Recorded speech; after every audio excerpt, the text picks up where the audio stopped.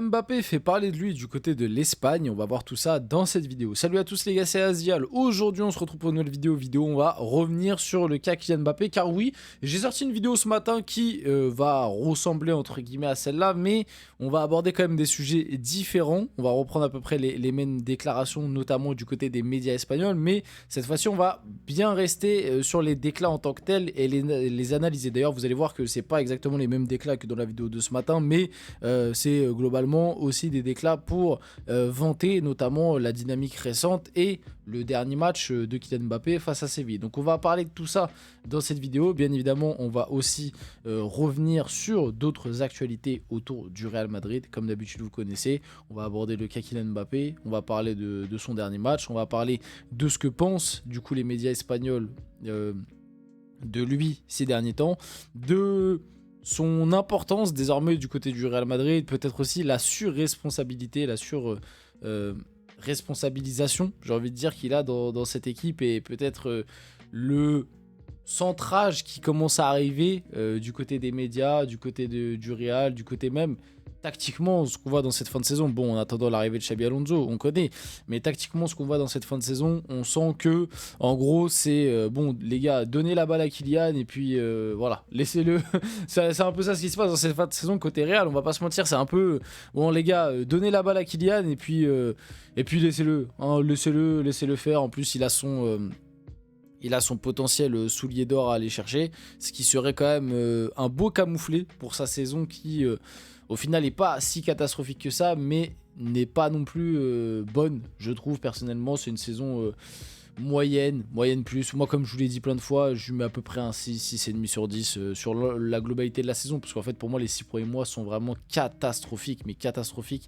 Et la deuxième partie de saison est meilleure, mais bah, il a un peu manqué quoi dans les matchs les plus importants pour moi de la saison, à part finalement son triplé et enfin les deux triplés, que ce soit face à City ou face au Barça, ce qui est très bien, mais au final, à part City tu passes, mais le Barça au final tu perds quand même, ce qui est pas que de sa faute, mais bon, du coup voilà.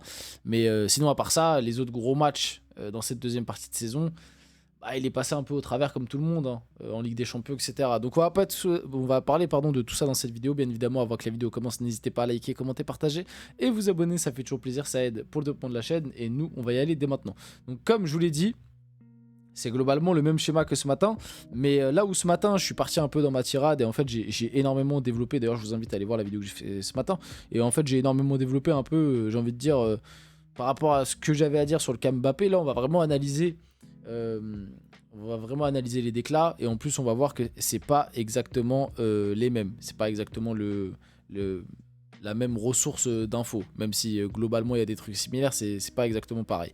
Bref, donc Marca qui a noté, du coup tous les médias espagnols, maintenant Mbappé il a réussi à les reconquérir, et Marca a du coup noté: ils ne sont même pas capables de se bouger pour aider Mbappé, ils n'ont pas montré de volonté pour aider Mbappé qui pouvait sceller son soulier d'or. Alors, par rapport à ça, et donc la référence pour le match face à Séville, bon, on va pas se mentir, dans cette fin de saison, le Real Madrid n'a plus rien à jouer. Le Real Madrid n'a plus rien à jouer. Le seul qui a un truc à jouer dans cette équipe, du coup, c'est Kylian Mbappé. En plus, comme je vous l'ai dit dans la vidéo qui est sortie ce matin, pour moi, et limite, j'ai l'impression que ça le motive encore plus que s'il y avait un trophée collectif à aller chercher, parce que si Mbappé va chercher son soulier d'or, ce qui sera du coup sa récompense individuelle, ce sera d'autant plus un moyen de marquer son territoire et de montrer: ah bah regardez, moi j'ai fait le taf, et en fait c'est les autres qui ont été nuls. Donc c'est tout dans son intérêt d'aller chercher son soulier d'or. Ça va lui sécuriser une place, ça va l'enlever des débats, et tout le monde va dire, c'est ce que déjà tout le monde est en train de dire, alors que pour moi il y a une part de vérité, mais il y a aussi une part où on se trompe un peu. Mais ce soulier d'or, ça va l'enlever de tous les débats, et ça va lui permettre d'être tranquille, de passer l'été tranquille, et de prendre cette place, on va dire, d'indiscutable et d'intouchable dans ce Real Madrid. Et en fait, la responsabilité sera autour des autres, comme ce qui s'est passé pendant des années du côté du PSG. Donc le Real Madrid dans cette fin de saison n'a plus rien à jouer. Le Real Madrid a une équipe vachement remaniée. J'ai envie de te dire, en fait, ouais, les autres, en fait, ils font ce qu'ils peuvent. Ils sont pas capables de se bouger pour aider Mbappé. L'objectif de l'équipe, c'est pas de se bouger pour aider Mbappé. À la limite, c'est de se bouger pour gagner. Tu vois, le but. Enfin, après, oui, tu peux te dire, comme t'as plus rien à jouer au championnat, autant tout faire pour essayer de faire marquer Mbappé. Mais alors là, ce serait vraiment le summum du ridicule, je trouve, personnellement. Personnellement, je trouve que ce serait d'autant plus ridicule que t'es un club comme le Real Madrid et en fait, ta fin de saison, entre guillemets, hein, tu manques de respect un peu à tes supporters, etc. Et t'essayes juste de faire marquer Mbappé pour qu'il ait le soulier d'or. Moi, comme je vous l'ai dit, après, je suis pas supporter du Real, mais si ça s'était passé du côté du PSG, j'en aurais absolument rien à faire qu'Mbappé il soit soulier d'or ou pas. Vu la saison catastrophique que fait le club, moi j'ai si... Enfin, ça m'est déjà arrivé de toute façon côté PSG, donc c'est pour ça que je parle entre guillemets en ayant un peu de connaissances à ce sujet, mais honnêtement, pour moi, des vrais supporters du Real qui, en cette fin de saison, se réjouissent de se dire ah, peut-être qu'Mbappé, il peut aller chercher son soulier d'or. Moi, à votre place, j'en aurais absolument rien à faire. On vient de faire une saison catastrophique, une saison blanche. J'en ai rien à faire qu'Mbappé, il chope son soulier d'or ou pas. Son soulier d'or, il aurait dû aller le choper en marquant face à Arsenal, en marquant face à l'Atlético et en continuant de marquer dans les gros matchs de Ligue des Champions et même dans certains matchs de Liga où il y a des défaites. C'est à ce moment-là qu'on l'attendait. C'est pas en fin de saison quand il n'y a plus rien à jouer et qu'il va du coup mettre des buts contre Séville qui joue à 9 contre 11. Bref. Donc voilà ma décla par rapport à ça. Ensuite, Relevo qui a dit Mbappé continue de montrer qu'il mérite d'être l'épicentre indiscutable du Real Madrid à l'avenir. Alors pour moi, c'est une grosse erreur. C'est une grosse erreur et les clubs qui ont voulu faire ça ces derniers temps l'ont prouvé. Concentrer le jeu de ton équipe sur un mec, c'est la plus grosse erreur. Le foot à l'heure actuelle ne peut plus te permettre ça. Le foot a évolué et je pense qu'à l'heure actuelle, et d'autant plus sur un joueur comme Mbappé qui, on le sait, sans ballon ne fait pas forcément les efforts, ce serait quelque chose de terrible pour le Real Madrid. Mais le problème, c'est que c'est un peu la direction que ça prend, quoi. C'est ça un peu le truc qui est problématique, je trouve, c'est que le Real Madrid, qui justement de base nous a habitués à ne pas fonctionner comme ça, parce que même l'époque du grand Real de Cristiano, alors oui, l'équipe s'articulait autour de Ronaldo, mais je trouve que Ronaldo n'était pas foncièrement l'épicentre, entre guillemets. Oui, t'avais un Benzema qui s'adaptait à Cristiano, etc., mais t'avais un milieu de terrain qui était très solide, et t'avais de la personnalité dans cette équipe-là. Le problème, c'est que j'ai l'impression, moi, le peu de joueurs qui ont de la personnalité dans ce Real Madrid sont très frustrés. Je pense à Bellingham, je pense un peu à Vinicius. Tu peux penser à un Valverde, etc., où il y a eu des trucs au cours de la saison où il n'était pas content. Thibaut Courtois, voilà, Thibaut Courtois qui notamment s'était plaint de l'attaque et du fait que ça manquait de course devant, donc ça ciblait les attaquants dont Mbappé fait partie.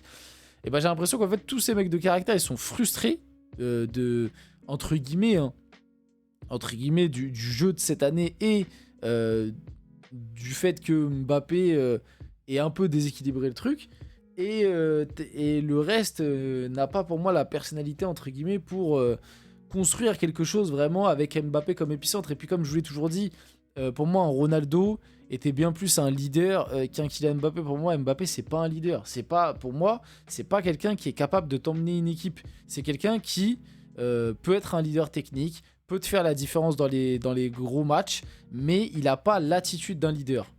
C'est-à-dire que quand je vois Dembélé au PSG qui fait des courses, qui essaie d'aller gratter des ballons, qui aide son équipe sans ballon, qui élève le standard technique quand il faut, Mbappé, il n'a pas cette attitude-là. Bref, Vinicius, Bellingham ou Rodrigo peuvent se fâcher sur Real, ce fut celui de Mbappé. Alors bon, déjà sur le match face à Séville, Rodrigo et Vinicius n'étaient pas là, et puis Bellingham, il est quand même blessé depuis 1 an à l'épaule. J'attends de voir un Bellingham qui reviendra à son prime. Et puis Bellingham nous a montré aussi dans certains gros matchs qu'il était capable d'élever son niveau de jeu. Et puis je pense que Bellingham, dans un contexte collectif plus équilibré, sera une pièce très importante. Mais moi, encore une fois, je trouve que c'est de l'ingratitude. Parce qu'il ne faut pas oublier que en fait, Vinicius, c'est lui qui te porte l'année dernière. Et lui, quand il t'a porté, il t'a ramené la Ligue des Champions. Ce que Mbappé n'a pas fait cette année. Après, certains vont me dire, oui, mais l'année dernière, le Real était plus cohérent. Ouais, le Real était plus cohérent. Peut-être aussi parce que t'avais misé sur le bon cheval. Peut-être. Et aussi, je dois être honnête, t'as eu un peu moins de blessures, etc. Mais t'avais peut-être aussi misé sur le bon cheval. Parce que l'année dernière, Vinicius, c'est une pile électrique dans les matchs de Ligue des Champions. C'est pas comme cette année où Mbappé, il est parti dans la poche de Kiwior et de Saliba et puis il a rien fait, il est même sorti sur blessure. Si Xabi Alonso décide de jouer avec une pointe, c'est Mbappé qui doit être cet homme. Bon, ça, il n'y a pas trop de suspense dans tous les cas. Oui, c'est Mbappé qui sera le numéro 9 l'année prochaine du côté du Real Madrid. En tout cas, en titulaire, après peut-être qu'ils prendront un autre numéro 9 pour la rotation, à voir. Et notamment peut-être dans les fins de match, faire rentrer un mec qui est capable un peu plus de squatter la surface. Mbappé, c'est pas du tout son profil, mais en tout cas, oui, Mbappé sera le 9 titulaire de cette équipe. Vite fait, pour finir la vidéo, une autre petite information. C'est le FC Valence qui se réserve le droit d'engager des poursuites judiciaires contre Netflix. Le documentaire du coup de Vinicius en est la cause. Le club estime que les images de la venue du Brésilien à Mestalla ne représentent pas la réalité et estime des modifications. Voilà, d'ailleurs le documentaire, il faut que je le regarde, j'ai toujours pas regardé. On finit la vidéo là-dessus, j'espère que cette vidéo vous a plu, si c'est le cas n'hésitez pas à liker, commenter, partager, vous abonner. Les gars, c'était Aziel, on se retrouve très rapidement pour une prochaine vidéo.